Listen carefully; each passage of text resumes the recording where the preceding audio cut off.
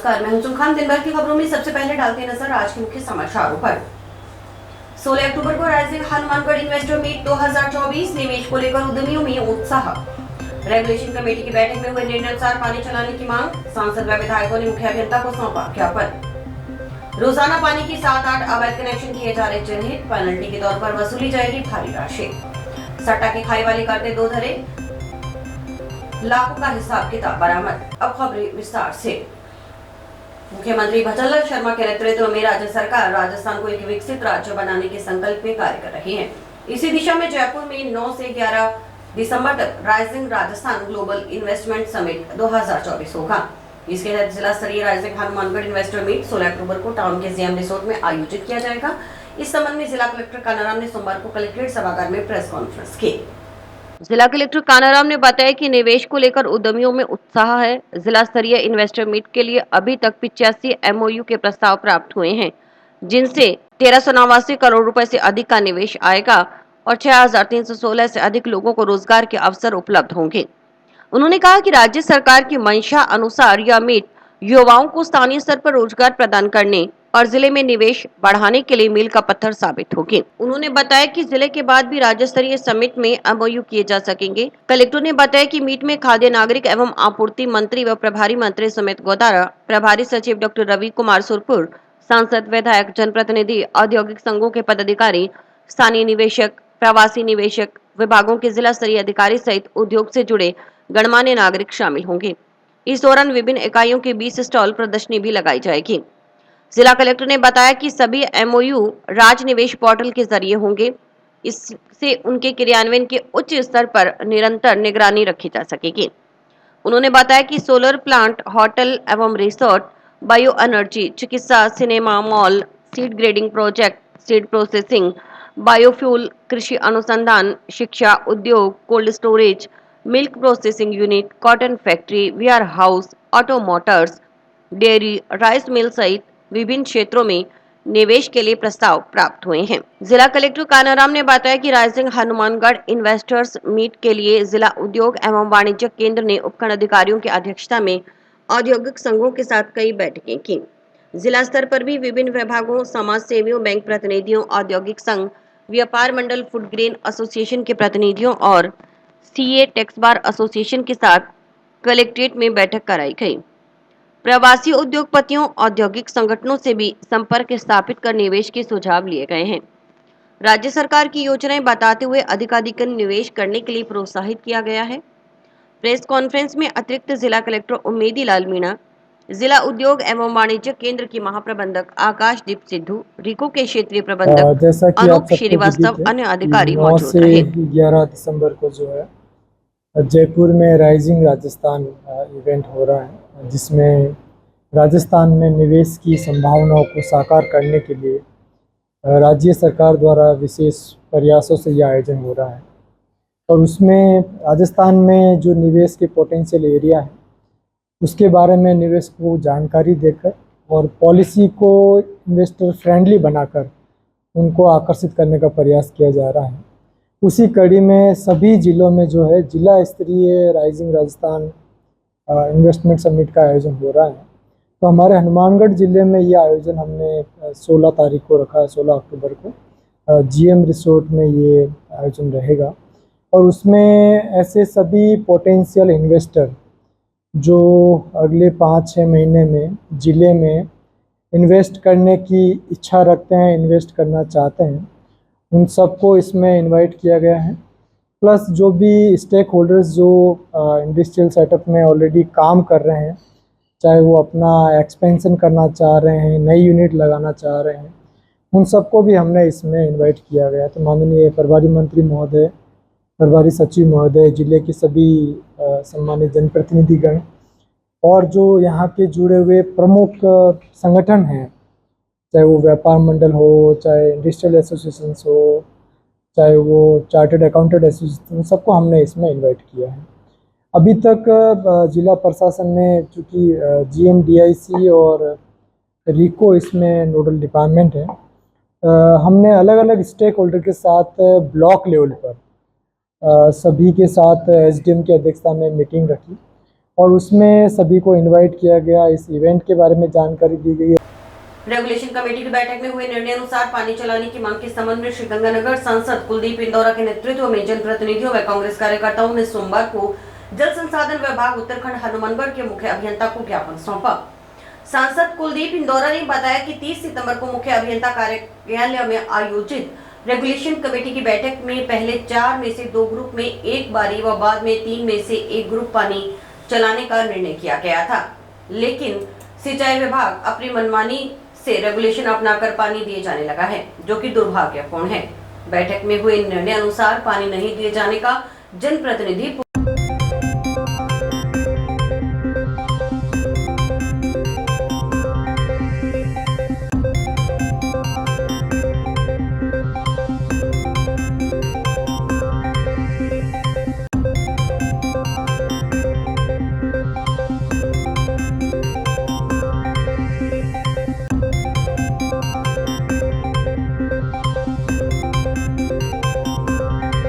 सिंचाई की मांग को लेकर आए हैं। जो अभी पिछले दिनों जो रेगुलेशन की मीटिंग हुई, जिसमें हमने 4 में से 2 समूह चलाने की बात कही और ये कहा कि प्रस्ताव सरकार को भेजा जाए और सरकार इस बात को माने ताकि हमारी जो फसलों की बिजाई हो सके, और बिजाई के बाद जब आगे परिस्थितियां होंगी उसके अनुरूप पानी मिल जाएगा। लेकिन उसके विपरीत इन्होंने रेगुलेशन घोषित कर दिया, जिसका आक्रोश पूरे क्षेत्र में था। तमाम हमारे विधायक, जनप्रतिनिधि, हमारे जिला कांग्रेस कमेटी के अध्यक्ष जी, हम तमाम लोग आज आए हैं। इस संबंध में हमने बातचीत की है, इस बात को उन्होंने स्वीकार भी किया है। तो इस तरह की गलती नहीं हो, क्योंकि किसान आज अपनी बिजाई के लिए परेशान है, खाद के लिए, डीएपी के लिए परेशान है। आज मूंग की खरीद नहीं हो रही सरकारी, आज धान के लिए हमारा किसान कलेक्ट्रेट पर बैठा है। क्या सरकारें इस तरह की होती है?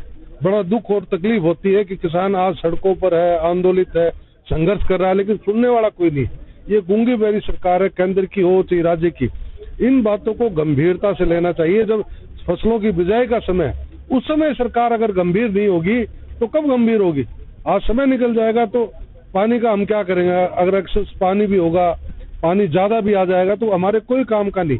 इसलिए हमने यह बात रखी अपनी, सभी ने इस बात का रोष व्यक्त किया और पूरी तरह से रोष व्यक्त करते हैं कि इस बात को सरकार गंभीरता से ले, प्रशासन गंभीरता से ले, नहीं तो हम कतई बर्दाश्त नहीं करेंगे। जो हमारी रेगुलेशन की मीटिंग हुई थी, उसमें जिन बात पे हम लोगों ने चर्चा की, हमने कहा कि 4 में से 2 बारियां दो और सरकार को हमारे जो कमिश्नर हैं सीडी के, उनको भिजवाओ कि वो रेगुलेशन के मेन कमिश्नर है, तो उनको भिजवा दो और पानी की व्यवस्था पहले अक्टूबर के अंदर आप हमें 4 में से 2 ग्रुप चला दो, जैसे हमारी बिजाई हो जाएगी और उसके बाद में पानी होगा तो जनता, और उसके बाद में अगर पानी दोगे तो उसका हमें कोई फायदा नहीं है और किसान लंबे टाइम से फसलें बर्बाद हो रही है, बच जाएंगे। इन्होंने उस बात को न मानते हुए, जो जनप्रतिनिधि से बात की थी उस बात पे न रहते हुए, इन्होंने वापस वही 3 में से 1 ग्रुप चला दिया, जिससे हम लोगों को गुस्सा आया।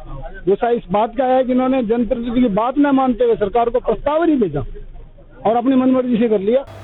जन स्वास्थ्य अभियांत्रिकी विभाग की ओर से शहर में हुए पानी के अवैध कनेक्शन चिन्हित करने की कार्रवाई लगातार जारी है।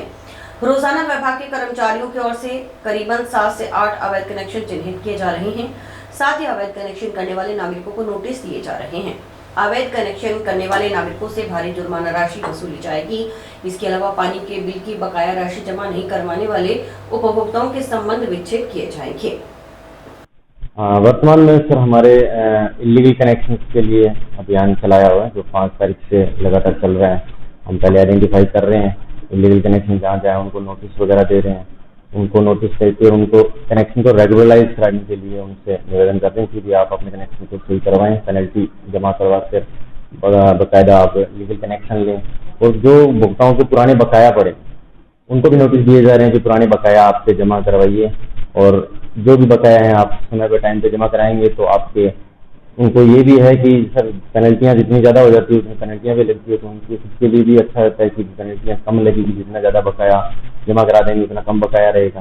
तो ये अभियान चलाया जा रहा है सर, 5 तारीख के बाद से लगातार चल रहा है और आगे भी जब तक राजस्थान सरकार अपने मुख्य प्रशासक के निर्देशन होता। अभी हमने 7-8 एवरेज एक बार स्टार्टिंग में हम दे रहे हैं। 2 दिन पहले हमने दिए थे 10-12 कनेक्शन के लिए नोटिस दिए थे। आज भी हमारी टीम लगी हुई है, नोटिस दे रहे हैं। कुछ लोगों की जिनके 3 दिन का समय दिया, जिनका पूरा हो रहा है, वो लोग बकाया जमा कराने आ भी रहे हैं। और जो नहीं करवाएंगे सर, उनके खिलाफ हमें एक बार करवाना पड़ेगा, हमको इलीगल कनेक्शन का उनका पेनल्टी का भुगतान लेना पड़ेगा और उनके डिस्कनेक्शन करवाना पड़ेगा। कितने आइडेंटिफाई किए हैं आपने, कितने इलीगल कनेक्शन? आइडेंटिफाई करीब लगभग 100 के आसपास हो गए होंगे जो जिनके हम नोटिस वगैरह दे रहे हैं। कुछों के दे दिए, कुछों के अभी देने बाकी हैं जो लगातार चल रहे हैं।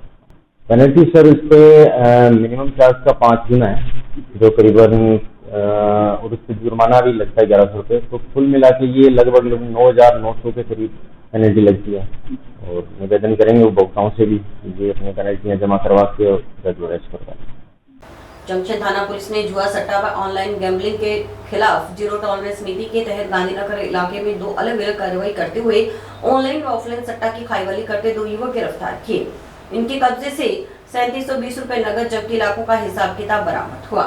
इस संबंध में दोनों युवकों के खिलाफ बीएनएस की धारा, आईटी एक्ट और आरपीजीओ के तहत अलग-अलग मुकदमे दर्ज किए गए।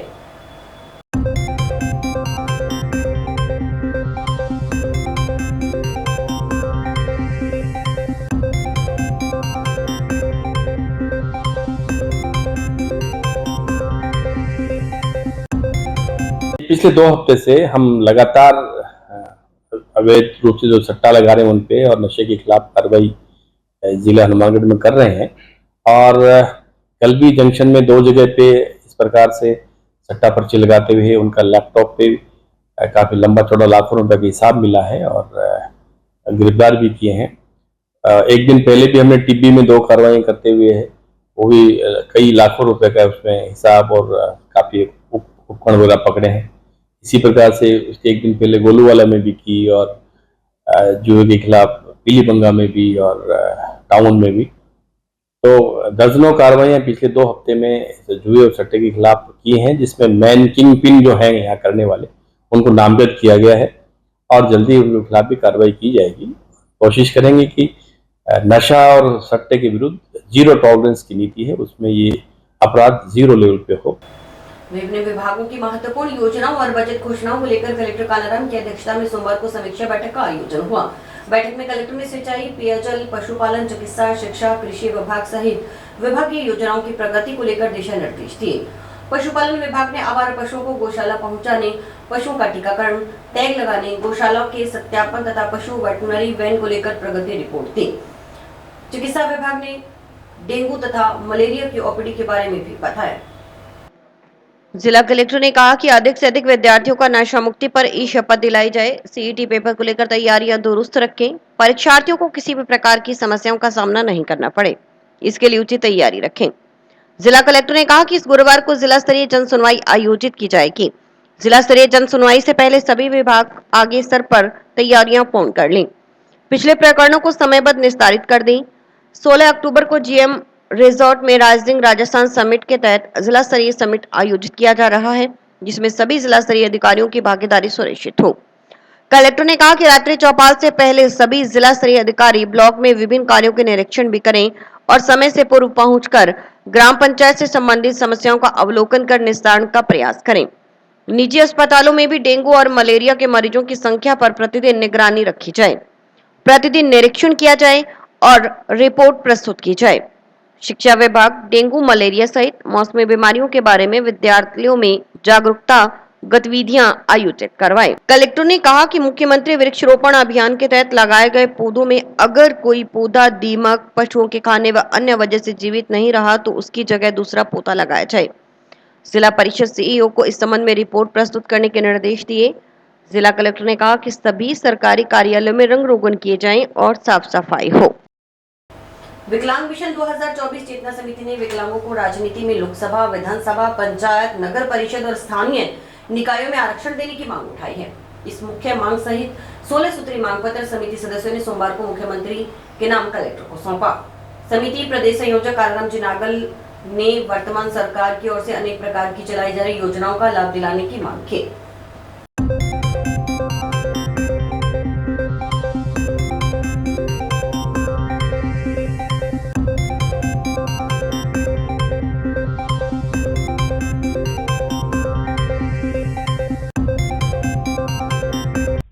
आज विकलांगों की विभिन्न समस्याओं को लेकर विकलांग मिशन चेतना सेवा समिति द्वारा जिला कलेक्टर महोदय को राजस्थान सरकार को ज्ञापन भेजा गया है और इसमें हमारी मुख्य मांगे हैं।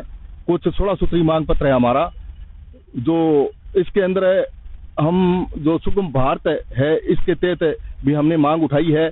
और जो हाल ही में विकलांगों को लगभग एक बहुत बड़ी परेशानी है, जो पेंशन मिलती है, जो अधिकांश विकलांग है उनका सहारा ही एक पेंशन का ही है।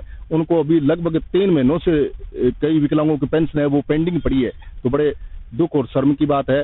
और हमारे जहाँ यहाँ जिला कलेक्टर महोदय और एसपी महोदय जी जो बैठते हैं, ये भी दो मंजिली पर बैठते हैं, दोनों पैर से विकलांग है, बड़ी मुश्किल से यहाँ उससे मिलने जाते हैं, तो बहुत परेशानी का सामना करना पड़ता है। इन्हीं मुद्दों को लेकर हम यहाँ आज एकत्रित हुए हैं और जिला कलेक्टर को ज्ञापन सौंपा गया है। सरपंच व पंचायत समिति पर पंचायत घर में लगे पौधे उखाड़कर खुद करने का आरोप लगाते हुए गांव दोकेंजे के ग्रामीणों ने कलेक्टर को ज्ञापन सौंपा। ग्रामीणों ने आरोप लगाया कि गांव दोकेंजे के पंचायत घर में लगाए गए सैकड़ों पौधों को रविवार रात्रि को सरपंच व पंचायत समिति सचिव ने गलत तरीके से उखाड़कर खुद कर दिया। वहीं ग्रामीणों ने दोकेंजे के पंचायत सचिव पर पीएम आवास योजना के ऋण वितरण में भी गड़बड़ी करने का आरोप लगाया है।